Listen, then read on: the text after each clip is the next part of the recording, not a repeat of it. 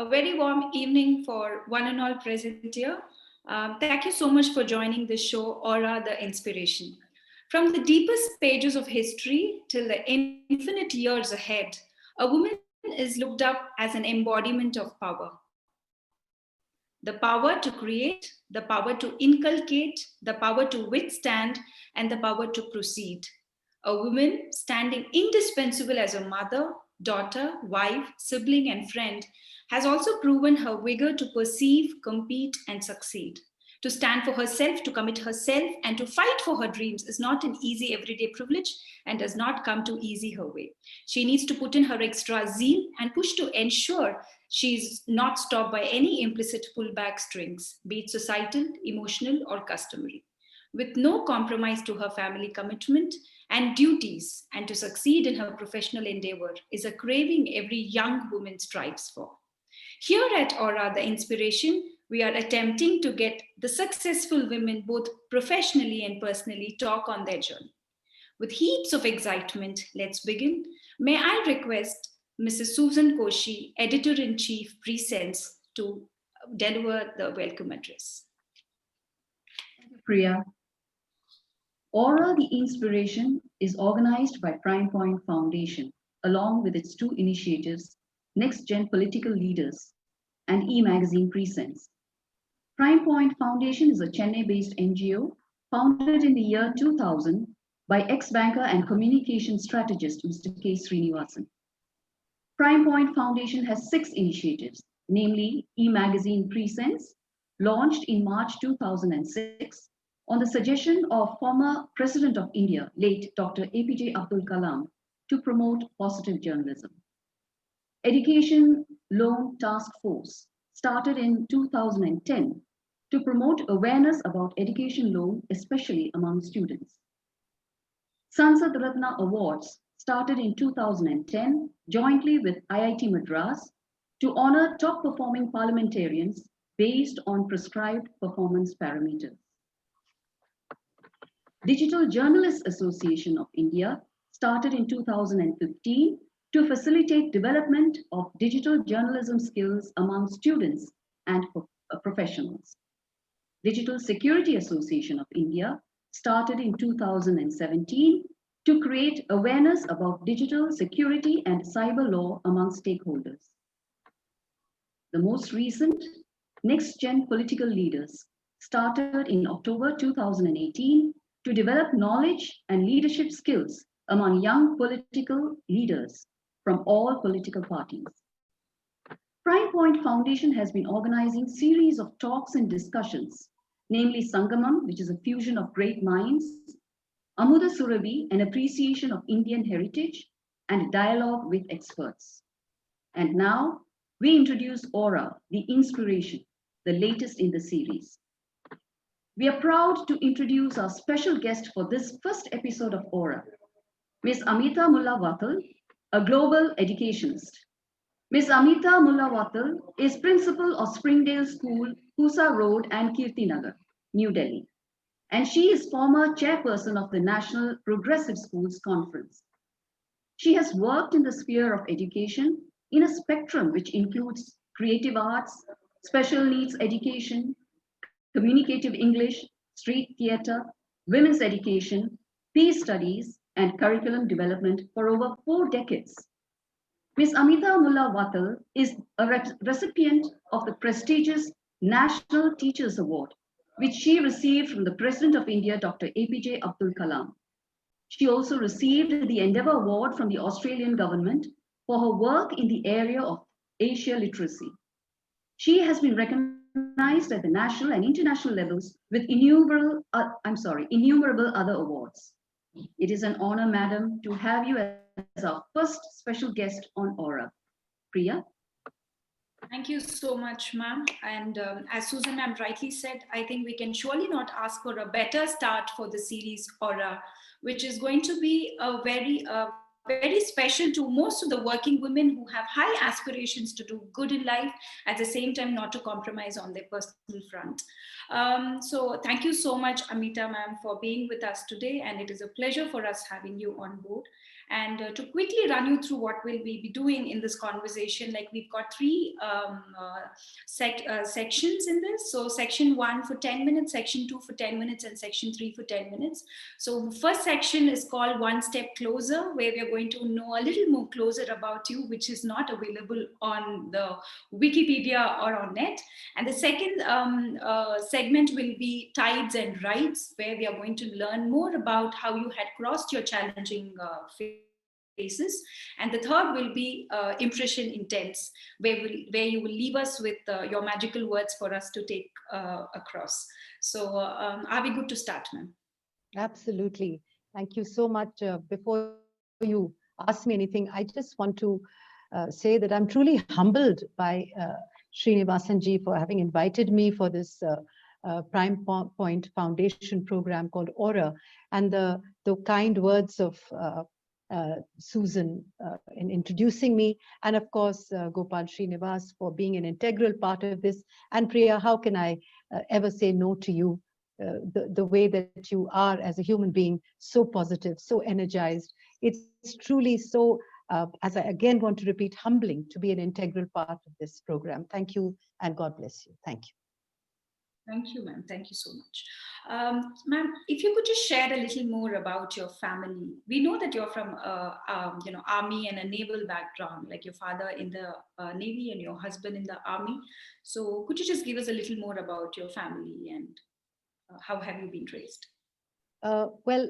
Actually, Priya, I was a child of war, really, because the family, so to speak, we're from Kashmir, Kashmiri Pandits from Kashmir. And in many ways, we are supposedly a minority in our own state. But having said that, I would say that we are essentially Indians at heart. And that's what we are, because I have lived all over India and across the world. And that is something that my father has ensured, that you're an Indian first and you belong to a state later. And so that has been a very integral part of who I am and in my growing up.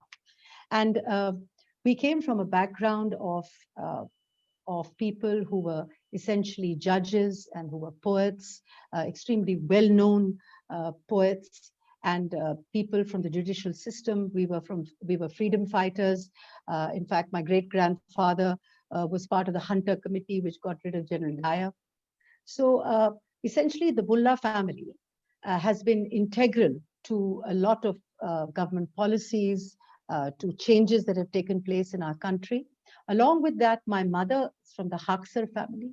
And the Haksars, essentially P.N. Haksar, who was an integral part of the Indian Administrative Service and then part of the ruling party at the time, the Congress Party. So we have all been integral to a lot of concepts of development of families and governments within this country for many, many generations.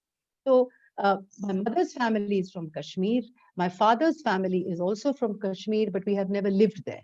My mother's family lived there. And having said that, I think what is most important is that in 1971, when there was this war between Pakistan and India, and in the creation of Bangladesh, that's when our first casualty that took place in the Navy, perhaps the only one, unfortunately, was when my father's ship, INS Kukri, was torpedoed on the night of December 9th, and it went down with its sailors and officers.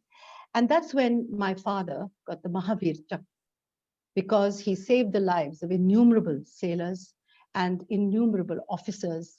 And he gave his life jacket to his second in command. And he said he would not leave the ship because he had young boys there, straight from the NDA, who said, "Father, don't leave us," because they were so alone and they were so scared because all around them, the sea had caught fire. There were sharks, it was the dark night, and there was an unknown. And my father refused to leave them.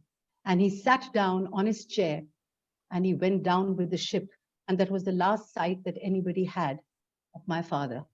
And then after that, of course, he never came home. And he lies there in the arms of the sea, along with all his brother officers. So I suppose that was a very traumatic time for us, because every human being needs to have a closure of people who are close to them. And when a death happens, there's always a closure because there are the rights and there are all the different rights that take place, which helps us to grieve. It was till today, we keep thinking, will he ever come back? And it's been 50 years now. It'll be 50 years in 2021, now at the end of this. So that's the way it happened. And that affected my life in a very, very big way. Is there something else you want to ask after this? Yeah, in fact, I can just feel the essence of your feeling, ma'am. You could just actually put it in the right exact way, which could be understood and which could be felt. And at that age of yours, I'm sure you would be in your early 20s if I was not wrong. So taking such a news of an unexpected incident would have made you strong, would have, I'm sure, would have made you a better person for sure. So where did you do your schooling, ma'am? Like your schooling, your higher education? Priya, I know I look old, but I'm not that old. I was 14 years old when my father passed. Right? Okay. So you can imagine the trauma. Mm-hmm. My mother was only 32 years old. Oh. 34 years old. I was 14, just turned 14. And my sister was 11 years old. So we were a family of women, right? And in those days, there weren't all these things that I think, which is so important that the government has given to its to the people who've passed in the war, where they've been. And I think you can't compensate in any way for a life, but yet the government has been kind enough across the years, various governments, and have given these lands or other things. But in those days, there was nothing like that. It was so tragic that the Mahavir Chakra was 10,000 rupees, but it was not the money. It was the fact that you gave your life for your nation. So it was a very tough time at that time. And suddenly from being something where you had everything, because we just come back from England. My father was the deputy naval advisor in London, and we had been there for 4 years. And we got back and we had anything and everything, and we had a wonderful life. And suddenly from everything and anything, we had nothing. Because in those days, there was no insurance. My father wasn't even insured. And it took nearly a year for his pension to start coming. So suddenly we had nothing. And we were in a boarding school. I was in a boarding school in Simla. And we didn't have money to pay for that.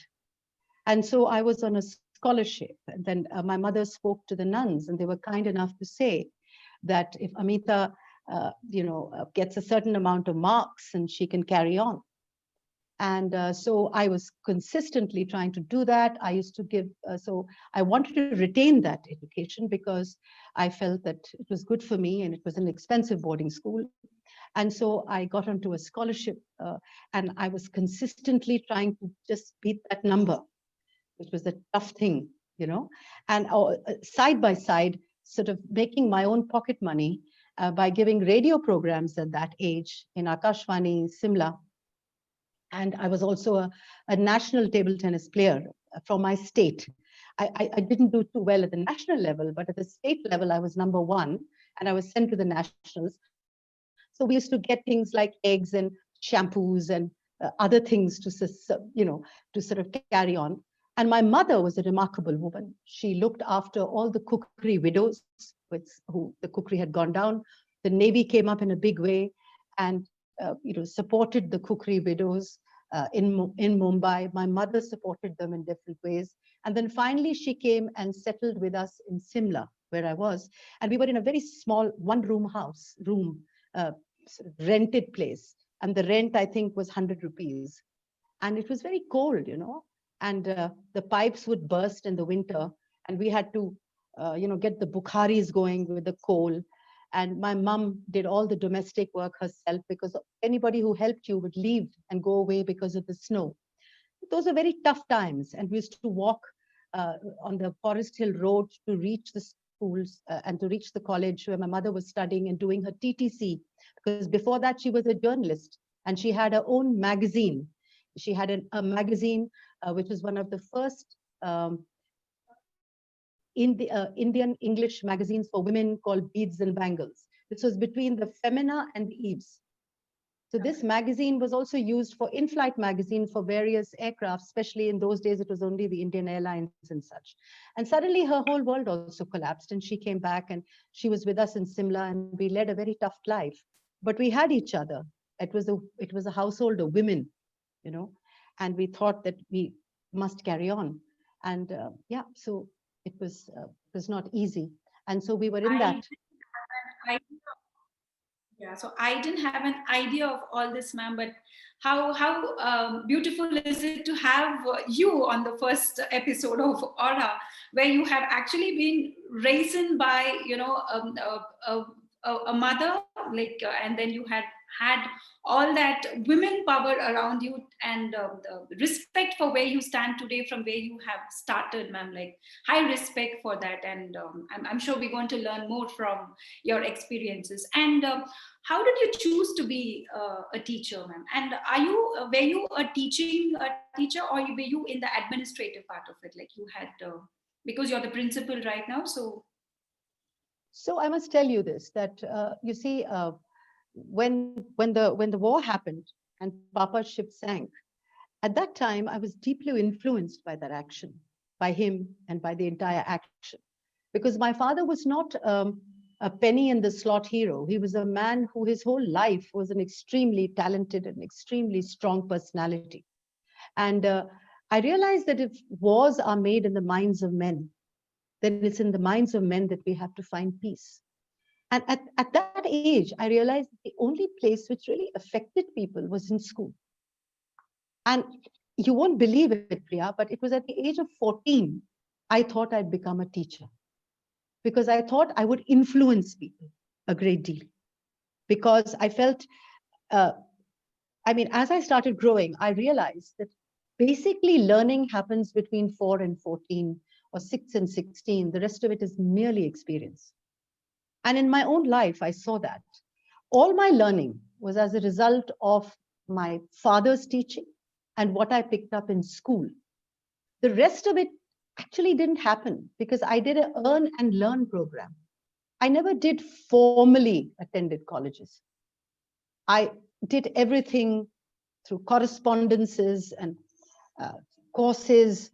My entire education, perhaps the only thing I did formally was my doctorate, which is, so I do believe that I'm a perfectly self-created, self-evolved human being. Though I went through all the motions of the BA and the B.Ed and the MA and the MPhil, but I constantly earned and learned. So I was always working. I never stopped working because I was obsessed about being economically independent, because we had seen difficulties in spite of things in my growing up years, though my mother did her best to ensure that we didn't see it. But yet I could realize the kind of stress levels that she was facing in trying to bring up two girls and so on. So my first job was at the age of 16, when I was 16 years old. As I said to you, I started off my first job as a helper teacher. My first salary was 75 rupees, and I bought a sari for my mother for 25 rupees, and for my grandmother for 15 rupees. So I still remember that, and and that's the time when I realized I have to be a teacher, and it was very, very important to me. You have undoubtedly influenced at least loads of students around you, ma'am, because when I get to read about you on the social media, when I get to see few of your school alumni, they really have very high respect for you. They actually stand today with a pride head on their shoulder, saying that they are your product. So I would just want to convey this on record. So which would you consider as your youngest achievement, ma'am? Which is that one thing you think that was your youngest achievement? My first salary, I would say, as a teacher. How many people teach at the age of 16, you tell? And it's interesting that the school at which I was studying, they took me back because it was that gap of 6 months between you wanting to do school and getting into college, because I was a product of the senior Cambridge. And so there was this 6 months gap. And when I went to them, and let me tell, the nuns of Convent of Jesus and Mary were brilliant. I loved them. And they said to me, and that's why I don't believe in all this stuff that does the rounds about conversions and all of these things, because I believe very deeply in sort of interreligious involvement and interreligious development of human beings, because ultimately it's all Vasudhaiva Kutumbakam.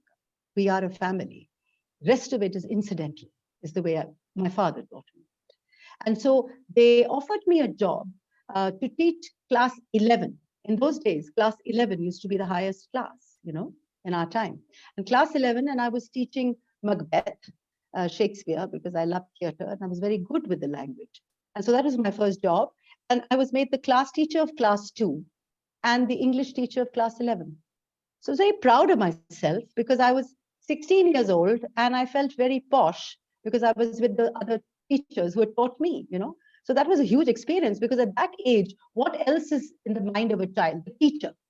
And suddenly you are sitting in the staff room with your teacher on sort of equal terms, Though I never felt that way. I always felt that they were wonderful. And I was always a bit intimidated, but yeah, that was my finest moment, I would say. Absolutely. I can understand it thoroughly. And ma'am, how did you manage your maternity break? So this is one question which comes, or which every woman who is very aspirational, who wants to keep up the family way as well as keep their profession going good. And this maternity break ends to be, unfortunately, a trauma to many. So how did you manage that, ma'am? You see, in those days, there never was anything as a maternity leave or anything like that. And you had asked me a question earlier. Yes, I was never in an administrative post. I was always a practitioner. I always taught. I was a teacher. And I must have taught in at least 20 institutions across the country and the world, because I also taught in different parts of the world. So, so at that time, there was nothing like that. And so, you had to sort of cope. And so I remember so clearly that um, I felt that I must carry on with my salary. And people used to immediately cut your salary if you were not around. And so I thought we just took, I suppose, we took child bearing or child rearing as just another integral part of our lives and didn't make a big deal of it, so to speak. Also, I would say that in those days, it was a little more easier than it is now for young women because you don't have help now and you live in nuclear families. So it becomes very difficult. Whereas in the olden days, we tended to have a lot more domestic help. We had people who would be with you, and that helped a lot. My mother-in-law was the most amazing human being. I have tremendous love for her because my mom was busy working. She needed to work. My mother-in-law, my father-in-law was an IAS officer of the UP cadre, and she herself was a professor in Isabella Thoburn College in Lucknow. That's before she married, and then she would come over and sort of help me in every way.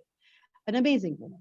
And she would just say, you just do what makes you happy, just carry on. And she, in fact, I was very bad in Hindi because we were, I didn't, so she used to teach me Hindi and she got me through my BA.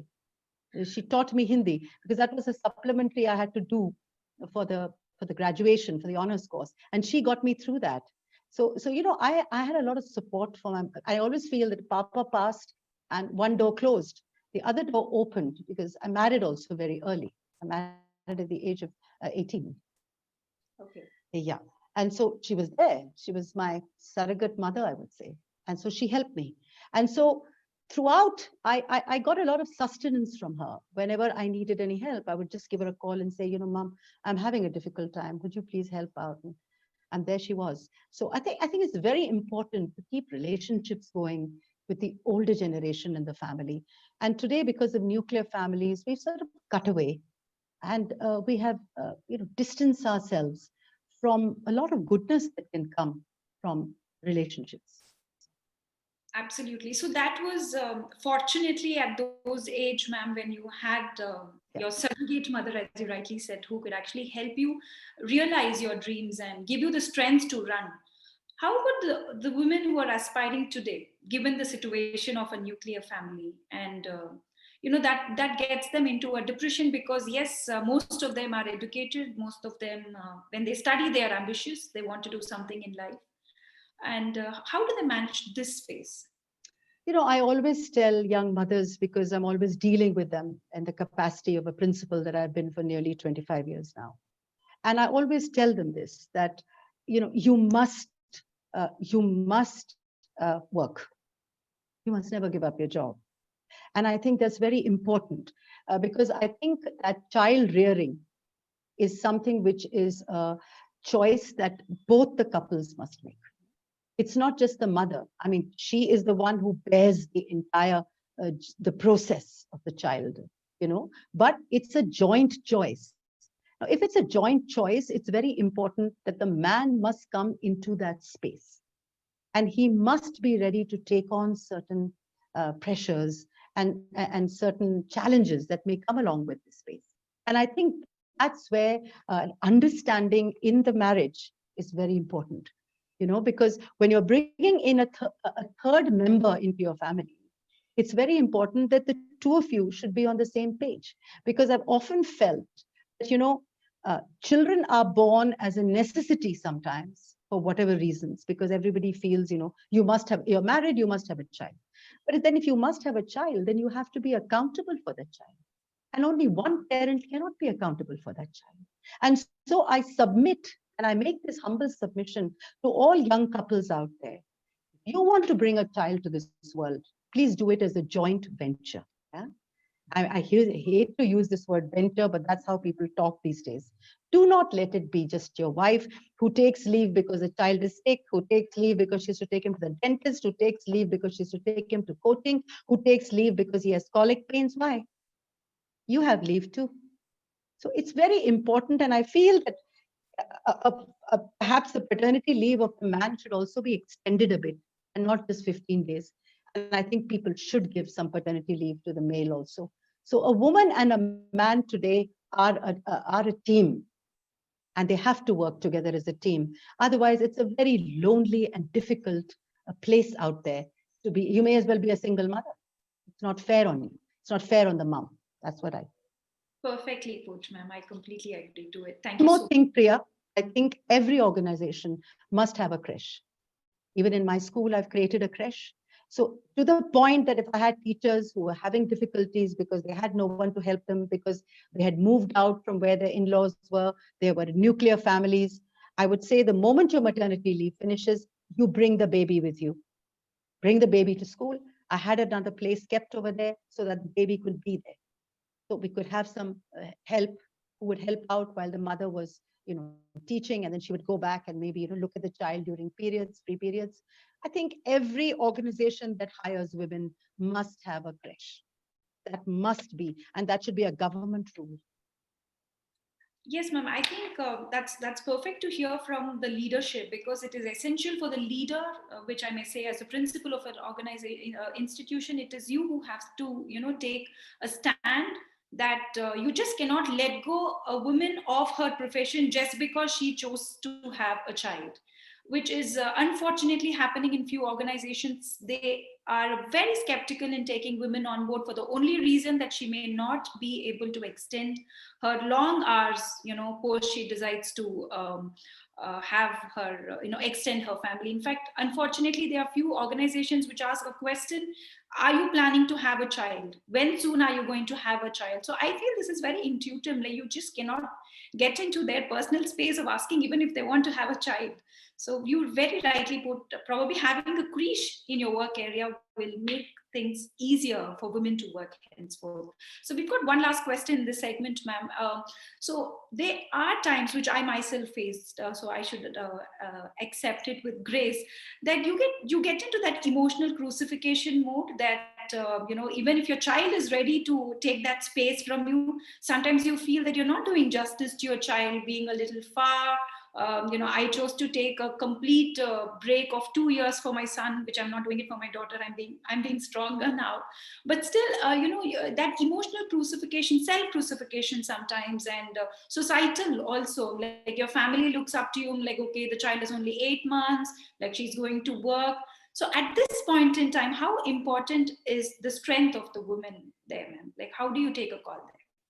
No, I think that's a very good question you put, Priya, because this is something that I have my entire life. I've said that ultimately, um, I'm not going to put that guilt on myself. Why should I? Because I have worked my entire life without a stop. And I have my son. He's grown. He's now 42 years old. He's out there. I don't, if you would call him up, he wouldn't say that his mother neglected him. But he, in fact, has grown up into someone who supports women because he's realized. Because I think this whole guilt trip that we have as women, I don't know why we do it to ourselves. And I think we have to get out of this because the 21st century is talking about the fact that your soft skills are your hard skills. So you have to understand that collaboration, cooperation, communication, dialogue, these are very important aspects of who you are, and this is what you have to do with your spouse. And so if why should you be, in fact, he should be on a guilt trip, or your family should be on a guilt trip for putting this onto your plate, that your child is crying, why are you not here, what's going on, why, what is there? So I mean, children will grow. And I think one has to realize that you are not the only person responsible for that child. The child is the responsibility at different levels. So I think it's very important that women have to believe that, that the things that come their way, they need not accept it. They have to practice a sort of detached attachment. It's very important.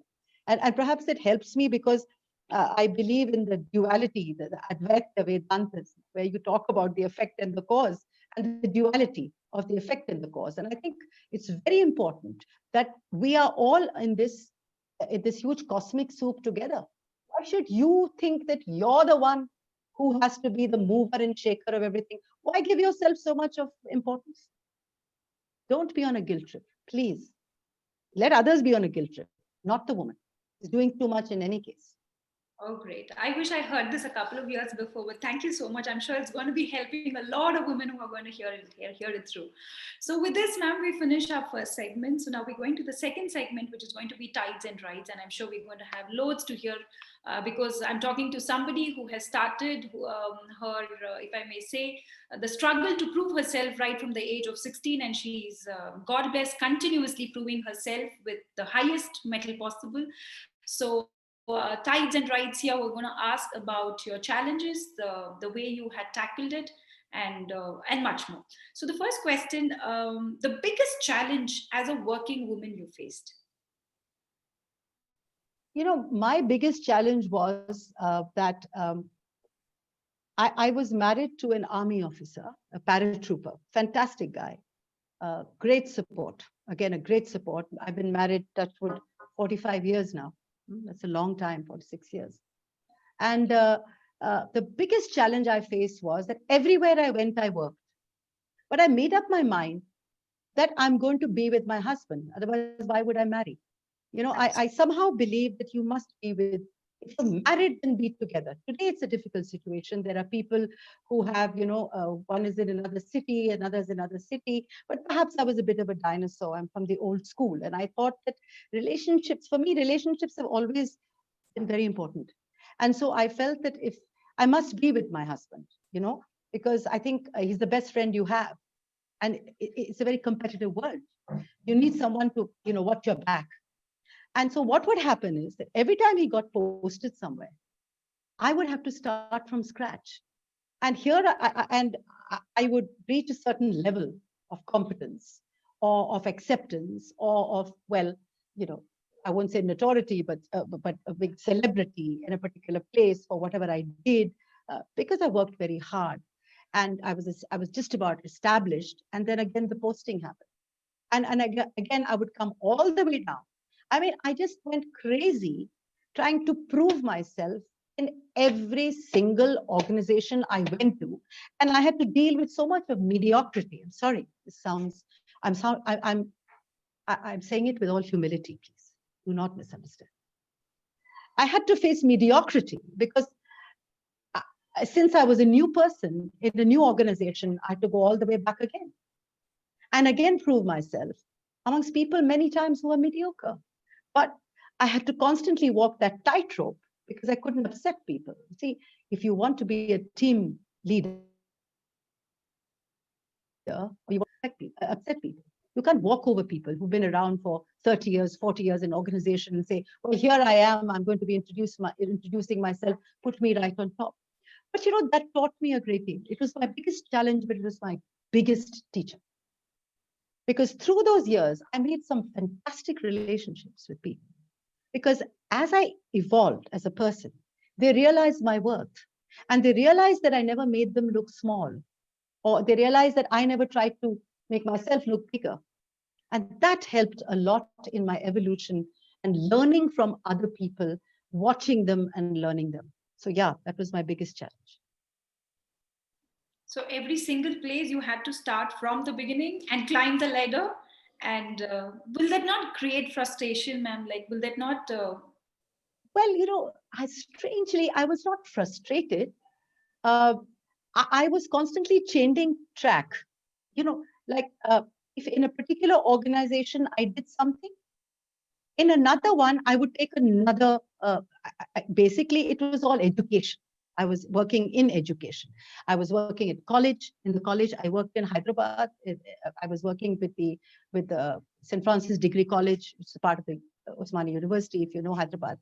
Wonderful girls' college, what else, LSR and Miranda House are to Delhi, Degree College, Begumpet is to Hyderabad. So at every point, I thought, what did I do in my last job? Let me not do that. Let me do something different. So there were so many different openings, so many different learnings I got. I never followed the same path. And I kept thinking, let me follow a path less traveled in every organization that joined. So, I mean, I'm amazed at the amount I learned from that. Thank you, ma'am. Thanks for answering that so vividly. And as a leader, when you are in the position of a command, so does it really matter? Like gender, does it matter? Like people taking up your commands and probably a male counterpart who could have been in your position. How does it work, ma'am? How is it as a leader being a woman? You see, well, I don't know whether you call it fortunate or unfortunate. I have always been a profession which has been sort of female heavy, if you know what I mean. Because if you're working in educational institutions, in schools and such, especially in urban India, it's mostly women centric. So, but I don't think it's only about the male. Women can also be as tedious and as difficult as men can be. Women can also be highly insecure of your development. Women can also pull you down, you know. So there are two different kind of violences that take place amongst men and women. So yes, probably if you're in a corporate, you're in a field of journalism, you're in fields which is more men centric, and you are not there. The fewer women. There are different kinds of challenges and obstacles and the glass ceilings that come into being. But even working in organizations that are women oriented, there's a lot of jealousy, there's a lot of envy, there's a lot of backbiting. So these things do happen. So you have to take it. I mean, I believe that if you're out there and you're ready to face the world, what is all this? I think we have to overcome it. And that is why I think, we have to forget about half causes, half truths, half ideals, and embrace the whole. And the moment you embrace the whole, you realize that it is part of wholeness that will make you a strong adult. It's a tough call, but you can't back up. People give up very easily, they give up very easily. Women give up, men give up. I don't think we should give up.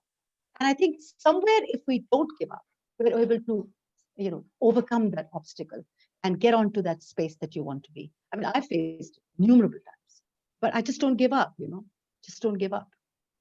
We can just see that. I'm like, you could just you very clearly make us understand it is just that optimism which has kept you going, and you have always been a fighter, and you continue being it, and we really love the way you are for that. And ma'am, how do few women who don't have a family support like if at all they have to stand by all themselves, but still they want to kind of be successful in their profession. So there are a few women who don't really get support from the family. So how do they tackle the situation of managing their profession? As I said, yes, I mean, there have been many occasions when, in fact, I think that a lot of women uh, around the world, it's not only about India, around the world who sometimes are not supported. You know? They're not supported by their spouse, they're not supported by their parents. I can see that happening. And I think that's where we have to sort of, really say, what is it that I want? Am I going to, uh, I think if you have to keep that passion going, and you have to say, do I really want it bad enough? Do I really want it bad enough? And I think if you want something bad enough, nothing can stop you. Nothing. But that is a choice that you have to make. Do you want that thing bad enough? I know personally that, when I talk about a support, I say, yes, I have a very supportive spouse, but at the end of the day, he's not going to do my work. He's not going to find me my job. You know, I may have a mother-in-law, she's long gone, she's passed many years. So I have gone forward saying, do I want this? If I want this, then I'm not going to compromise. If I'm not going to compromise, then I'm not going to be sitting there and saying, oh, I didn't get this, I don't get that. I didn't get it because I didn't work for it enough. I didn't push it enough, whatever reasons. I think these are choices that women have to make. And this actually comes by self-motivation. Nobody can motivate. It comes by a certain belief in yourself, And I've seen women from very abused backgrounds, because I was working in Telangana, at that time, Andhra Pradesh, in the early 90s. I was involved with Rosamma for the Iraq movement. I worked against the anti-Iraq movement. We used to go around breaking all these Iraq bhattis, And I remember so many women who were involved in it, and they really changed the face of so many things in that state. And it was a huge movement at that point of time. And I remember a lot of them sort of being really, sort of rejected by their in-laws and coming on this. These were all rural women, but they were tough. They said, doesn't matter. We believe in this and we will go forward. Who was there to help them? They had no money. The men were beating them up. They were facing domestic violence, but they refused to give up. There were others who said, well, I can't go further. Well, fine. So the thing is, if you really want it, you have to work for it. And people who've got there, women who've got there, have really worked for it. Absolutely. So technically, it's like just having an aspiration doesn't really help. You have to be, self-built. You have to help yourself.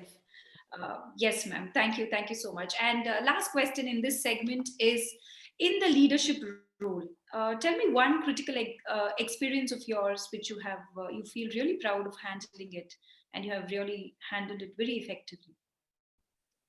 I have done a lot of different jobs in my life. I was obsessed about being an editor of a magazine. And so I became. I won't mention the magazine here because it's a very well-known magazine. And I became an associate editor. It was connected with women and children, that magazine. And I was very obsessive about the fact that I wanted to do an entire segment in that magazine on special needs. And in those days, no one was really even bothered about it. I'm talking about the early 90s, late 80s. And so I gave up school teaching. I joined the magazine, and I was very happy with a little desk and doing my stuff. And I went to the owner and I said, "This is it, publisher, whatever you call them." And he's also a very well-known person. And I said, "I want to do this."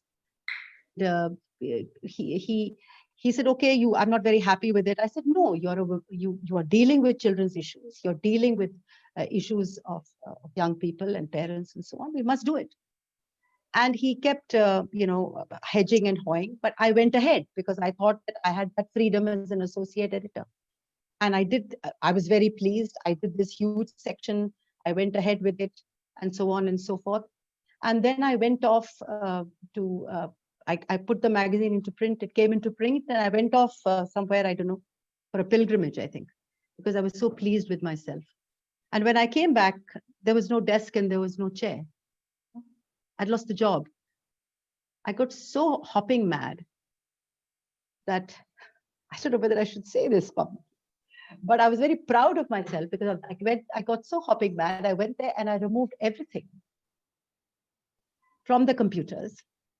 And the next periodical, the next month, did not come out. And I rang them up and I said, I will not allow this magazine to come out. Now, that was a huge call because I was much younger, very much younger. And I could have been, FIR could have been lodged against me, something could have happened. But for whatever it happened, it never happened. But I ensured that the next month, that magazine did not get printed because I did not allow that material to be there. So after this whole magazine went out with you may call it a leadership, but for me, that was leadership for children with disabilities. For me, that was a point I was making. There have been innumerable examples of leadership I may have had as heading an institution or even as a teacher or in whatever capacity I did. But for me, this was about children who are marginalized, about children who must be there and people must know about them, that they were autistics or whatever they were. They should be heard about. Their voices should be heard. People should know about them, and people didn't know about them at the time.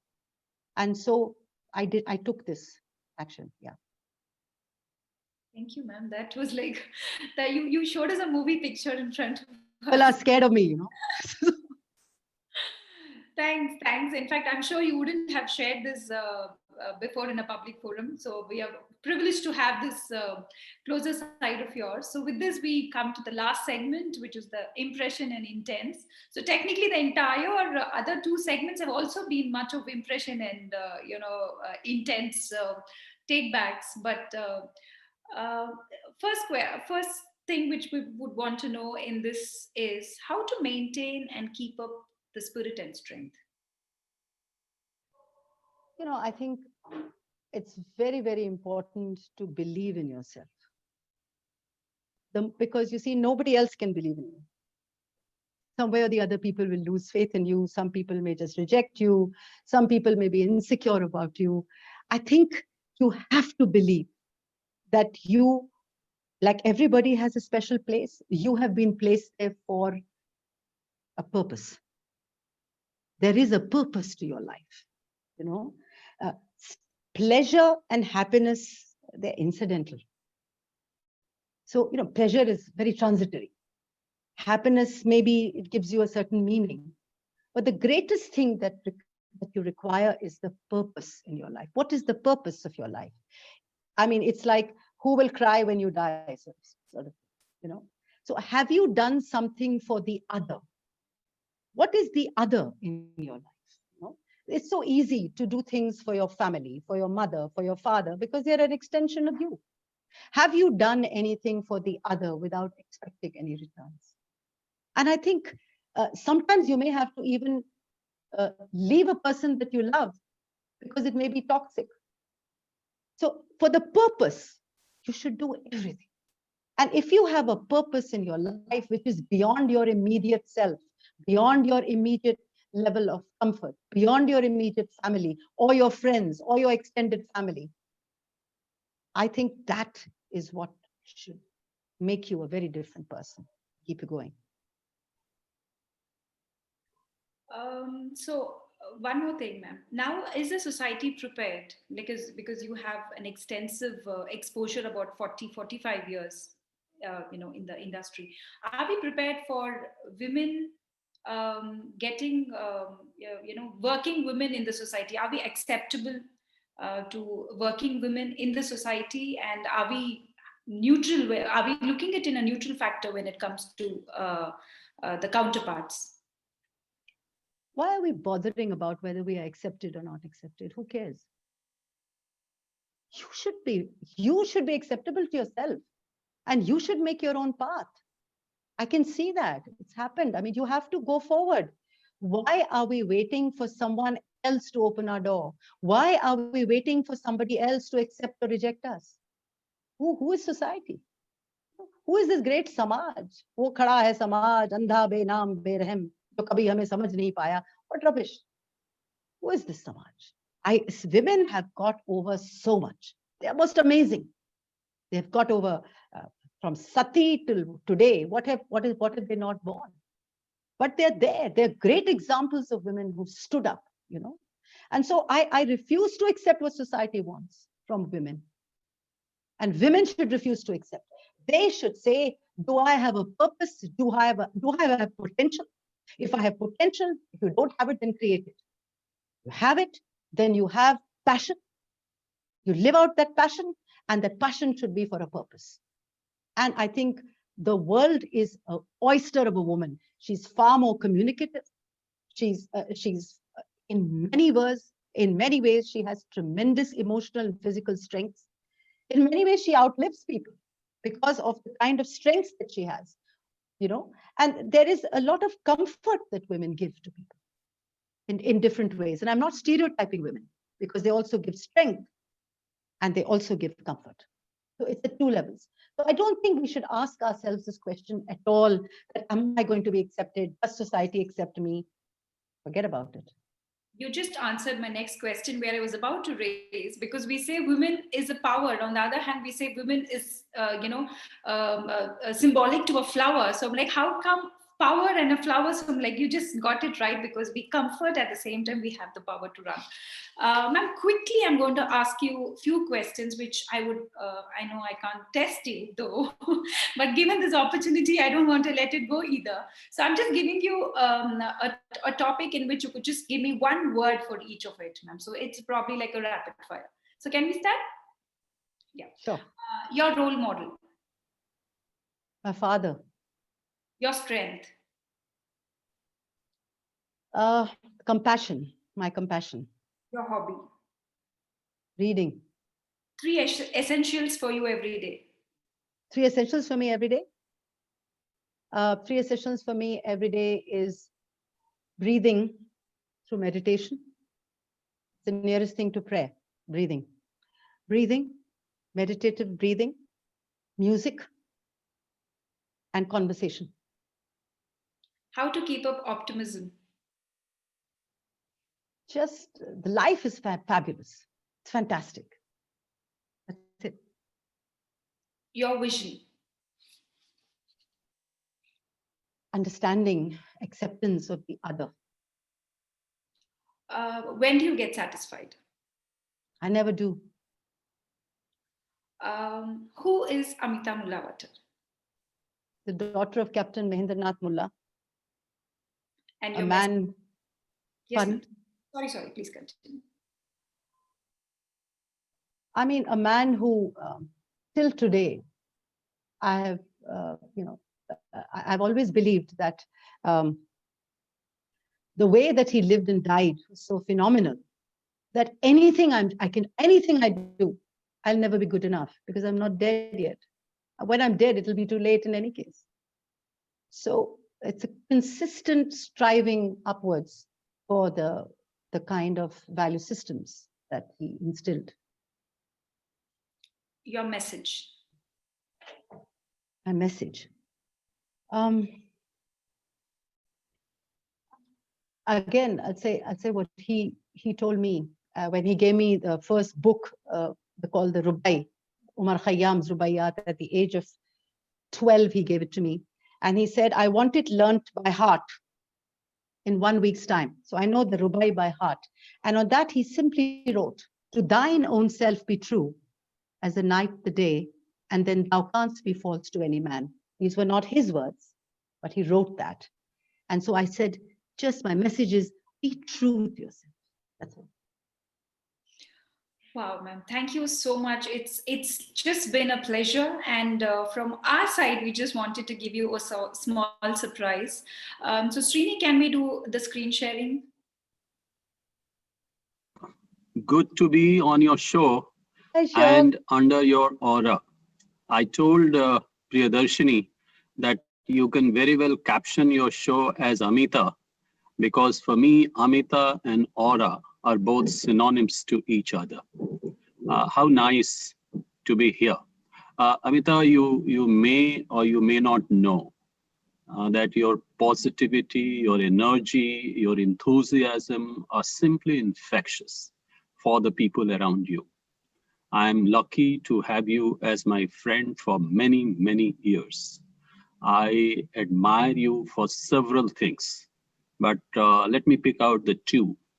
One, that the way you carry yourself, the way you enthuse people, motivate people. And the second is the great examples that you set for people around you. I mean, that is amazing. I can also tell you, Ameeta, that you carry a good head over your shoulders. And I know it for sure that you also carry a heart which is at least 10 times larger than the average size. How amazing. I thank you for being what you are. I thank you for embracing me in your circle. More energy, more years to you. You have to continue to inspire people around you and help them in the most generous way that you always Thank do. you. All the best, Thank you so Ameeta. much. That was so lovely, so beautiful. So, Ashok is a dear friend. what would you want to tell back? To Ashok, Yes. there's so much I can say, and I hope he's listening to me. Well, that's a recorded version. No, Ashok Pandey is someone that from the time I met him, I felt a deep connection with him because he is straight, he's honest, he is articulate, he understands people, he again has a purpose in his life. He's passionate about the things that he believes in. He brings people together. He's a huge team player. And the nicest thing about Ashok is that I don't know of anyone who has anything that is not good to say about him, because he gives everybody a chance and he gives everybody benefit of doubt. He's an amazing human being, and more power to him wherever he is, because the world of education needs people like Ashok Pandey. Thank you, ma'am. Thank you. I'm sure he will be very happy to hear this message through Aura. And as a gesture of love, we've got handmade soaps and hair oil from self-help group women who have done it through their authentic herbs. So that hamper is just on your way. Srini, if you could just share that the screen so that the hamper will reach you in just sometime after. Wow, super. This looks so cool, really. Yes, so they are certified MSME workers, ladies who are doing this work. So we will very soon send you this gift hamper from their end, ma'am. And thank you so much for joining us in the show. And can I request Susan, ma'am, to come and share her ideas? Yes. Well, thank you very much for this lovely evening and for that lovely session with you, ma'am. It has been so inspirational. You are a wonderful person, and I'm really, really zapped. Susan, you're just being kind. Thank you. Well, I'm sure you would have had a huge fan following, ma'am, and I'm sure now people will start loving you more, will start being more inspired. They will learn more from you. Well, thank you so much for being a part of the show, and I would request Srinivasan sir, who is the founder chairman of Prime Point Foundation, who has actually given all women around him the strength to, run their passion, and that's Srinivasan sir. And then I also request Srinivas Gopal, who has been our technical support and who has been very cordial in ensuring that this entire set of things had happened. Thank you so much for your time, and lovely meeting you, Ameeta ma'am, and all wishes to you and prayers to you. Thank you, Priya. Thank you so much. And thank you all for such a wonderful opportunity. Keep the strength, keep going, and God bless you all. Thank you very much.